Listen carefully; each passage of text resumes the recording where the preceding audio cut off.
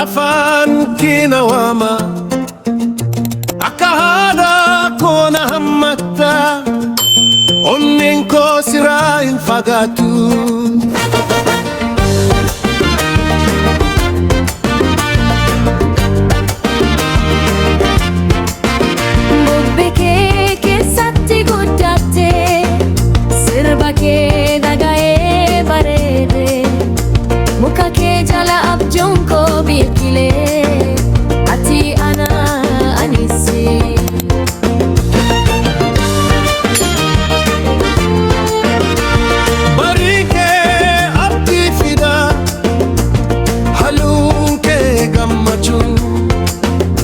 Lafa warii koo keessa boqotan seenaa koo keessatti jiraatu.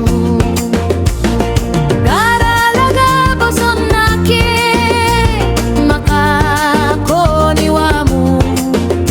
Eessa deemus nan beeka gara keetti nan deebi'a.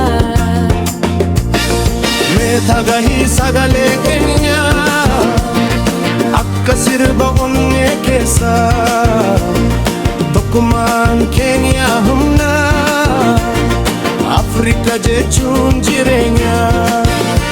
Labri kee biyya koo lafa abdii koo siintaa bada jabaa akka gaara hin sochoone.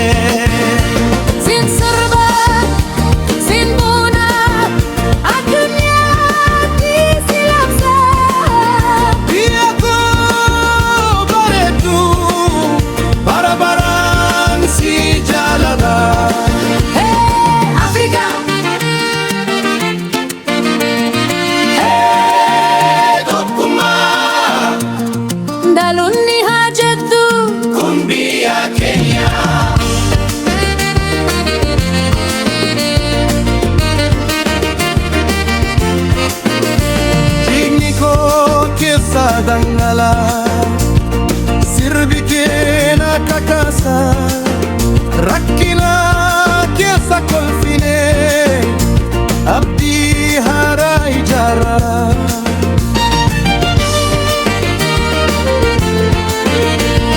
Ijoolleen kee ni ka'u akka aduu bariifu harka wal qabanne.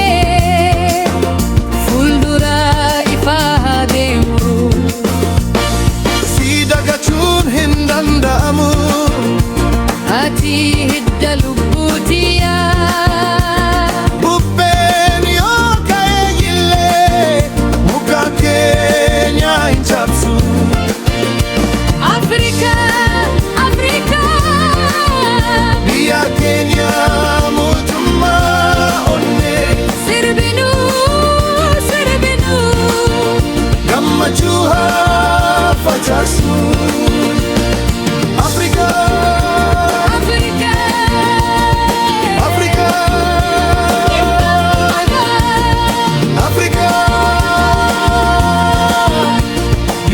Kenya mootummaa onnee yoo fagaa biqilee onneen gara keetti deema. Afrikaa biyya koo ati bara bara koo.